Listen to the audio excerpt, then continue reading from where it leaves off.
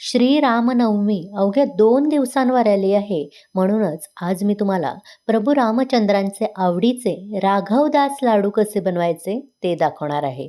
पारंपरिक पद्धतीने मी लाडू बनवले आहेत, पण पारंपरिक पद्धत जरी असली तरी अतिशय साध्या सोप्या पद्धतीने हे मी लाडू तुम्हाला सांगितले आहेत. अजिबात कोणत्याही प्रकारे पाक वगैरे करायचं नाही. पारंपरिक पद्धतीमध्ये पाक केला जातो, पण अतिशय साधी सोपी पद्धत आणि झटपट असे लाडू कसे बनवायचे आणि तितकेच चविष्ट हे तुम्हाला मी दाखवणार आहे. शेवटचा लाडूसुद्धा इतक्या सहजतेने कसं वळता येईल याचं अचूक प्रमाण मी तुम्हाला सांगितलं आहे.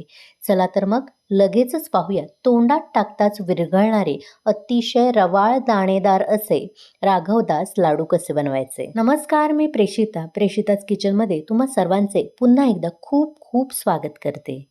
राघवदास लाडू बनवण्यासाठी सर्वात आधी गॅसवर मी एक कढई गरम करत ठेवली आहे आणि त्यामध्ये मेजरमेंट कपाचा 1 कप भरून चणा डाळ घ्यायची आहे. वजनामध्ये म्हणाल तर 200 ग्रॅम एवढी चणा डाळ घेतली आहे.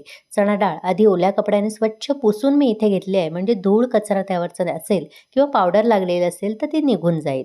आता ही चणा डाळ या कढईमध्ये घालायची आहे. गॅसची आच मंद ठेवायची आणि मंद आचेवर खमंग खरपूस होईपर्यंत चणा डाळ भाजून घ्यायची. जोपर्यंत त्यामधून सुगंध बाहेर पडत नाही तोपर्यंत आपल्याला डाळ भाजून घ्यायची आहे. फार जास्त सुद्धा करपवायची नाही. हलकासा रंग बदलेपर्यंत आणि हलके हलके भाजल्याचे डाग येईपर्यंत मंद आचेवरच डाळ भाजून घ्यायची आहे. काही मिनिटातच चणा डाळ इथे भाजली गेली आहे, बघू शकता. फार मी करपवलेली नाही. हलकासा रंग बदलला आहे आणि हलके हलके त्यावर डाग पडायला सुरुवात झाली आहे. सुगंध बाहेर पडायला सुरुवात झाला आहे. असं झालं की लगेचच गॅस बंद करायचा आणि ही डाळ एका ताटामध्ये काढून पूर्णपणे गार करून घ्यायची. आता पुन्हा एकदा कढई गॅसवर ठेवायची आहे आणि त्यामध्ये मेजरमेंट कपचा अर्धा कप भरून वितळवलेलं साजूक तूप घालायचं आहे. तूप घालताना काळजी घ्या, अजिबात घट्ट तूप घालायचं नाही, नाहीतर तुपाचं प्रमाण अधिक होईल आणि लाडू तुमचे फसले जातील. त्यामुळे तूप चांगलं वितळवूनच घ्यायचं. पातळ केलेलं तूप घ्यायचं आणि मेजरमेंट कपचा अर्धा कप आणि वजनामध्ये म्हणाल तर 100 ग्रॅम एवढं हे तूप आहे. तूप हलकंसं गरम झालं की ह्यामध्ये आपल्याला घालायचं आहे 1 कप भरून रवा. जो उपम्यासाठी आपण रवा वापरतो त्याच रव्याचा वापर करायचा आहे. बारीक रवा, म्हणजे जो चिरोटी रवा असतो, लाडू करण्यासाठी आपण नेहमी रव्याचे लाडू करतो, तो रवा वापरायचा नाही. आता हा रवा सुद्धा आपल्याला गॅसची आच मंद ठेवून हलकासा रंग बदलेपर्यंत आणि खमंग सुवास येईपर्यंत, जसं आपण शिऱ्यासाठी किंवा उपम्यासाठी भाजतो तसाच भाजून घ्यायचा आहे. काही मिनिटं रवा मंद आचेवर भाजून झाला, हलकासा रंग बदलला गेला आणि त्यामधून सुगंध बाहेर पडायला सुरुवात झाली की लगेचच ह्यामध्ये आपल्याला घालायचं आहे ते म्हणजे ओलं खोबरं. मेजरमेंट कपचा अर्धा कप भरून आणि वजनामध्ये साधारण 80 ग्रॅम एवढं ओलं खोबरं आहे. रवासुद्धा भाजलेला आहे आणि त्यामध्ये तूपसुद्धा सुटलेलं आहे. अशा तुपामध्येच हे ओलं खोबरं भाजल्यामुळे आपल्या लाडूला चवसुद्धा खूप छान येते आणि लाडू टिकायला सुद्धा मदत होते. काही मिनिटातच बघू शकता कसं मिश्रण सुटसुटीत तयार झालं आहे. अगोदर कसं तूप सुटलेलं होतं, ते तूप पूर्णपणे खोबरं शोषून घेतं आणि असं मिश्रण सुटसुटीत झालं आणि त्यामधून सुगंध बाहेर पडायला लागला नारळाचा की समजायचं आपला नारळसुद्धा भाजला गेला आहे. आता ह्यामध्येच मी काही काजू आणि बदामचे काप घातले आहेत आणि ते सुद्धा 1-2 मिनिटं परतून घेणार आहे. यामुळे वेगळा सुकामेवा आपल्याला परतून घेण्याची गरज भासणार नाही, एकत्रच हा भाजून होईल.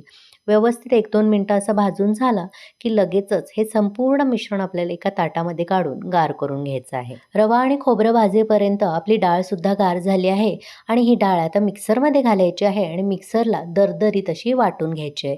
ही बघा, मी डाळ वाटून घेतली आहे, पण अतिशय बारीक पीठ करायचं नाही. अशी बोटाने ती बघायची. थोडीशी रवाळ लागते, म्हणजे आपला रवा असतो त्या पद्धतीने थोडे थोडे कण लागत आहेत. असंच आपल्याला हे पीठ तयार करून घ्यायचं आहे. तयार झालेलं रवाळ पीठ एका बाउलमध्ये मी काढून घेणार आहे आणि ह्यामध्ये आपल्याला घालायचं आहे आता 1 मोठा चमचा भरून वितळवलेलं साजूक तूप आणि मेजरमेंट कपचा पाव कप भरून दूध घालायचं आहे. आता हे तूप आणि दूध आपल्याला ह्या पिठाला चांगलं चोळून घ्यायचं आहे. असं चोळून घेतल्यामुळे काय होतं, लाडूला टेक्स्चर खूप रवाळ येतं आणि चवसुद्धा लाडूची वाढली जाते.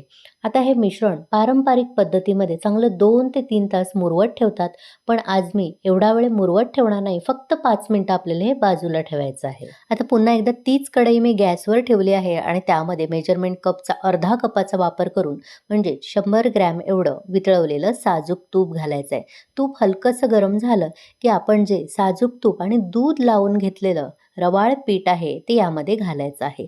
पारंपरिक पद्धतमध्ये हा रवा तुम्हाला पुन्हा एकदा चाळणीने चाळून घ्यावा लागेल, पण मी आज तुम्हाला अतिशय साध्या सोप्या पद्धतीने आणि शॉर्टकटमध्ये ही रेसिपी सांगते, जेणेकरून कमीत कमी भांड्यांचा वापर करून हे लाडू तुम्हाला सहजतेने बनवता येतील आणि वेळसुद्धा वाचेल.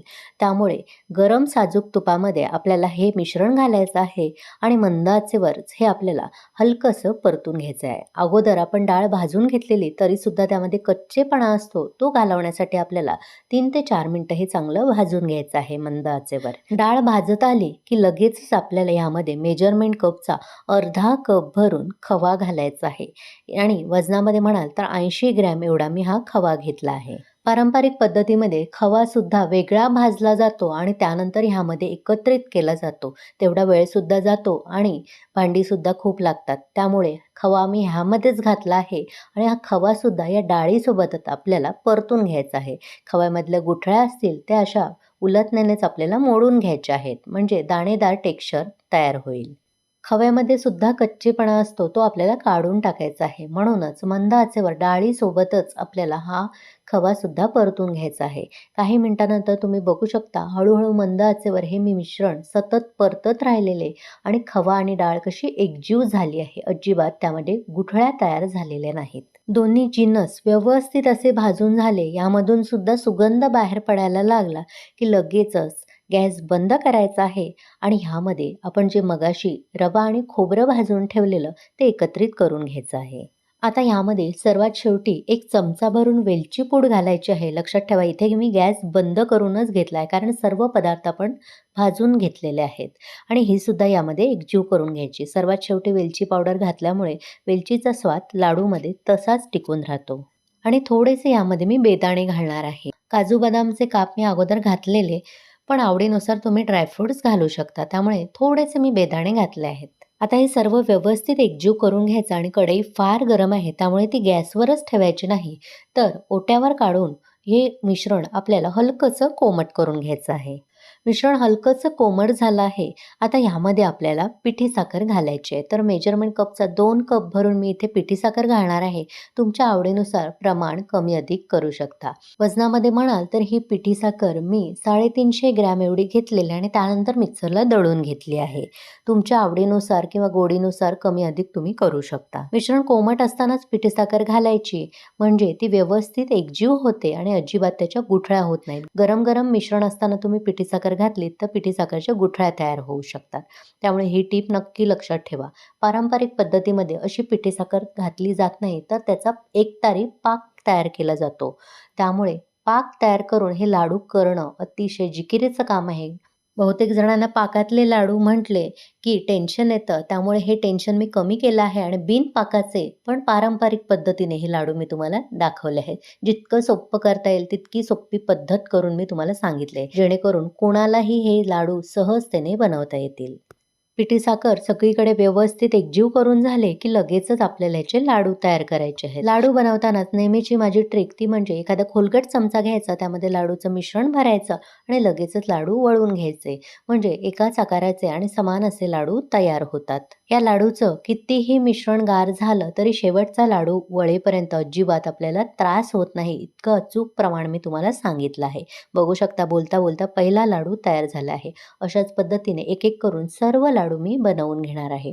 तुम्हाला माझी आजची ही पारंपरिक पद्धतीने आणि सोप्या पद्धतीने राघवदास लाडू करण्याची रेसिपी कशी वाटली? आवडली असेल तर नेहमीप्रमाणे एक लाईक, शेअर करा. प्रेषिताच किचनला सबस्क्राईब करून नोटिफिकेशनचं ऑलचं बटन दाबायला विसरू नका, जेणेकरून माझ्या अशाच सर्व रेसिपी तुम्हाला लगेचच पाहता येतील. मी सांगितल्याप्रमाणे इथे शेवटचा लाडूसुद्धा मी वळून दाखवते. बघू शकता किती सहजतेने शेवटचा लाडूसुद्धा वळता येतोय. अजिबात मिश्रण इथे कोमट नाहीये, पूर्णपणे मिश्रण गार झालेलं आहे, तरीही इतका लाडू मस्त असा गोल गरगरीत वळता येतोय. बघू शकता इथे मी सर्व लाडू वळून घेतले आहेत आणि लाडूचं टेक्स्चर तुम्ही बघू शकता किती सुंदर तयार झाले आहे. जितके लाडू दिसायला सुंदर आहेत तितके चवीला अप्रतिम असे लागतात. प्रभू रामचंद्रांच्या आवडीचे हे राघवदास लाडू तुम्ही सुद्धा नक्की करा आणि येत्या श्री रामनवमीला हे लाडू नैवेद्य म्हणून अर्पण करायला विसरू नका. ह्यातला एक लाडू मी तुम्हाला तोडून सुद्धा दाखवते. बघू शकता किती सहजतेने अगदी मस्त मऊसूत लाडू तयार झाले आहेत. सहजतेने तुटला जातो आणि टेक्स्चर तर इतकं दाणेदार आणि रवाळ आहे, की तोंडात टाकताच हे लाडू विरघळले जातात. चला तर मग पुन्हा भेटू अशाच मस्त स्वादिष्ट भरपूर टिप्स, अचूक प्रमाण आणि एखाद्या नवीन रेसिपीसह. धन्यवाद.